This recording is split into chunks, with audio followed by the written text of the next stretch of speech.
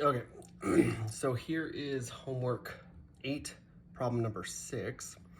So basically, we have, imagine this is the ceiling. And so from the ceiling, we have a weight, a ball, basically, attached with a string. And this ball is spinning in a circle, right? If it wasn't spinning, we would basically have a hanging ball, right?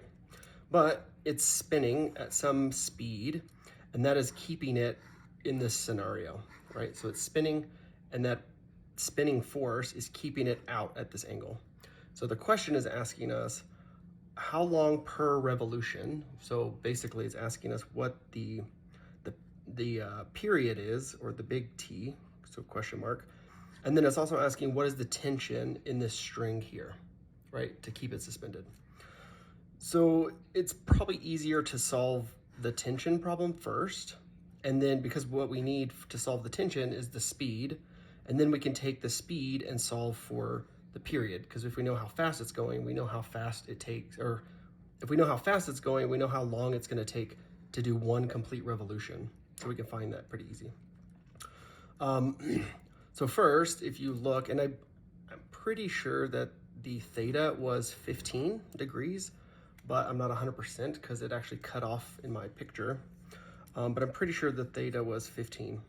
So basically, if we look at this right now, we kind of see a right triangle. So the first thing we need to find is the radius, right? So we have this right triangle, so I'm just going to redraw that here, right? We have the hypotenuse, we have this, and we have this linear line coming down. So it gave us the length of the string, which is this guy here. It said the length is 40 centimeters. So I would just go ahead and switch that to meters because it's just going to make everything a lot easier. So we know that the hypotenuse is 0.4 meters, right? And we know that theta is 15 degrees. And so we can find what our radius is. That would be this measurement here. So that's going to be our radius.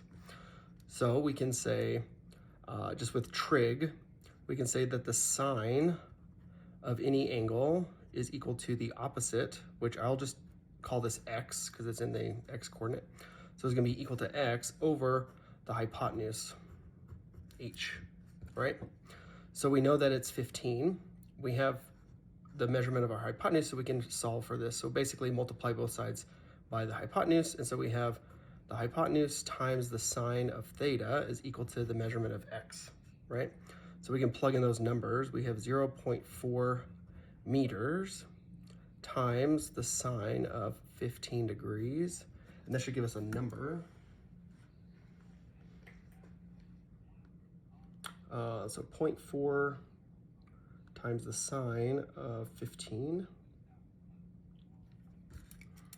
So that gives me a radius of 0.10352761.8. And I'm gonna leave the numbers really long just so that there's no errors associated with our equations at the end, right? So it is laborious to keep the long numbers, but it's beneficial. So we know our radius now. And the next thing we need to figure out is how fast this thing is going around in a circle, right? So the next step is probably to draw our free body diagram and what forces are acting on this ball, right? So for our free body diagram, we have a dot, which basically represents this mass. And we have tension that's pulling upwards, right? So that's tension, and that's the tension of this rope or this cord or whatever.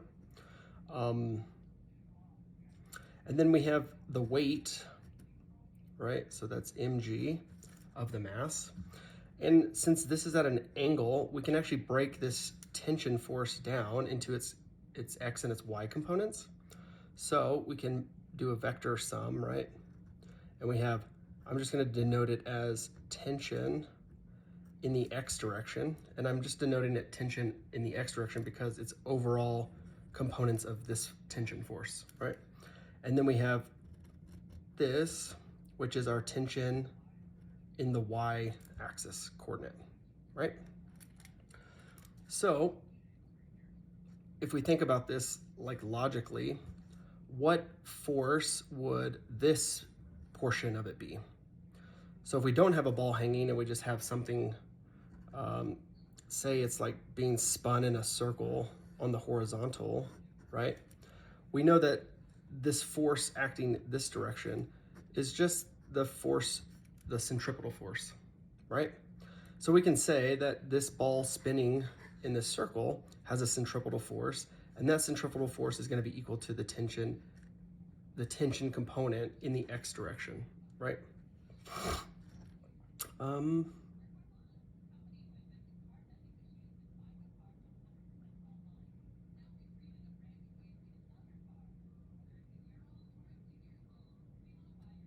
Yeah, and then we can say that this ball is not, it's not traveling upwards and it's not traveling down. So that means in the y direction, it's actually stationary. You know, it's spinning around in a circle, but it's not going up or down, right? Which means that this tensional force has to be equal to the weight, right? Because if the weight was greater than this tension, then the ball would drop. And if the tensional force here was greater than the weight, the ball would rise, it would float in the air, right? So that's kind of what's going on in our problem here. And so in a roundabout way, if we solve this guy, ty, and we know that this angle here is 15 degrees, with trigonometry, we can basically solve all these other components, right? We only need two components. So the way you'd write this is you would say the sum of the forces in the y direction are equal to, and that's basically just saying all of the forces in the y direction. So the only forces in the y direction here are mg, which it's going down, so we'll denote that as negative, and ty. So we just say the sum of all the forces in the y are going to be ty minus mg. Okay? And so we know that the ball isn't traveling up and it's not traveling down.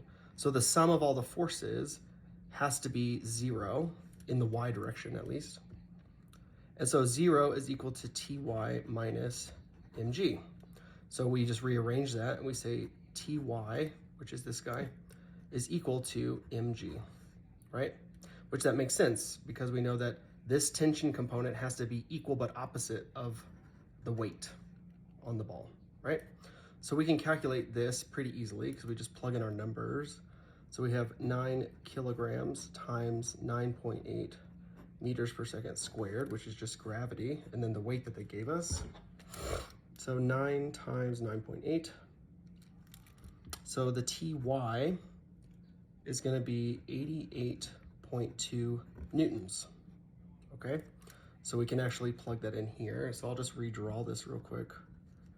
So we have this tension component, we have T of X, and we have T of Y, which T of Y we just calculated as 88.2 newtons. And we know this angle is 15 degrees. And then we have our weight force here, mg, all right? So given this information, we can calculate all the rest of these components, right? To calculate this component, we just say that the tangent of theta, which is 15 degrees, is equal to adjacent, which is 88.2 newtons. I'm just gonna draw so we don't get that confused, which is this, divided by, because it's opposite, or sorry, oh, I messed that up. Tangent theta is equal to opposite over adjacent. So we have T of X over adjacent, which is 88.2 newtons. So we can multiply both sides by 88.2 newtons. That cancels here, and we just multiply this side by 88.2 newtons. And that should give us T of X. So T of X is equal to this guy, 88.2 times the tangent of 15. So that gives us a t of x of 23.63311877724 newtons, right? So that's this component here. So that's that component. And then now we can easily solve what the overall tension is, right? Because the overall tension, we use Pythagoras theorem. So a squared plus b squared equals c squared. And we're going to be looking for c squared. So we can say that 23.63 blah, blah, blah, blah squared plus our b component, which is 88.2 squared, equals c squared. So we'll just take the square root of the other side to get our c. And so if we do that math here, so that squared plus 88.2 squared, and then we take the square root of that whole thing. And so our C, or our big T tension, is equal to 91.3113591 blah, blah, blah, blah, 122 newtons. So that was this answer, is to find the tension. And we really didn't need to know the speed to find that tension. All we needed to know is this trigonometry, because this makes a perfect right angle, and we can use trig like we did to solve for t. So hopefully it's not too convoluted. So now that we have, in order to find the revolutions, we need to use this equation, right? So V equals 2 pi r over t. And that t here is the period. And that's just how long it takes for it to go around one time, right? We know what the radius is because we actually calculated that here earlier for our radius. And we're actually going to do a little algebra just to get this by itself, right? So it's basically t equals 2 pi r over the velocity.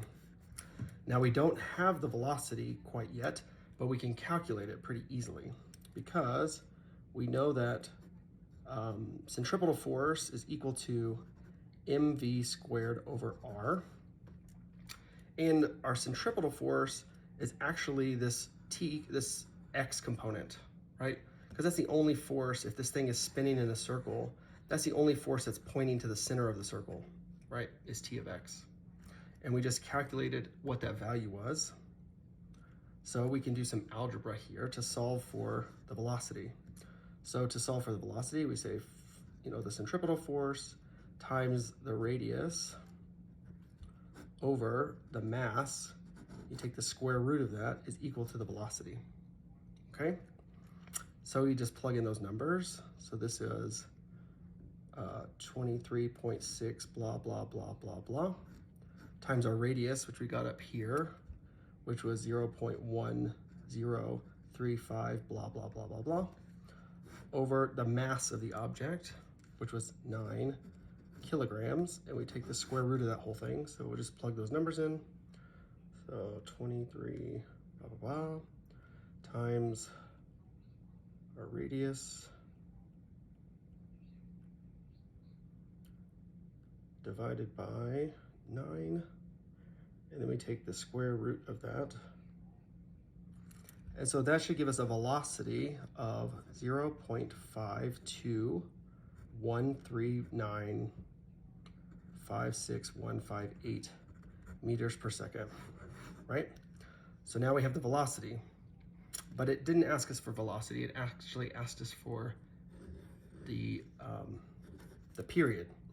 So we just plug that into our equation. So the period is equal to 2 pi r divided by our velocity. So we plug in this value for our velocity, we plug in the radius that we calculated over here, and that should give us our period t. So we say 2 pi times our radius, which is here, and then all of that divided by the velocity we just got. And so the period t is equal to 1.247 or whatever, 8 seconds. And that means it takes 1.2 seconds for the ball to go around in one complete revolution. Oh, hopefully you can see that, sorry. Yeah. So this is our answer for the first one, and then this is our tension that we calculated for here.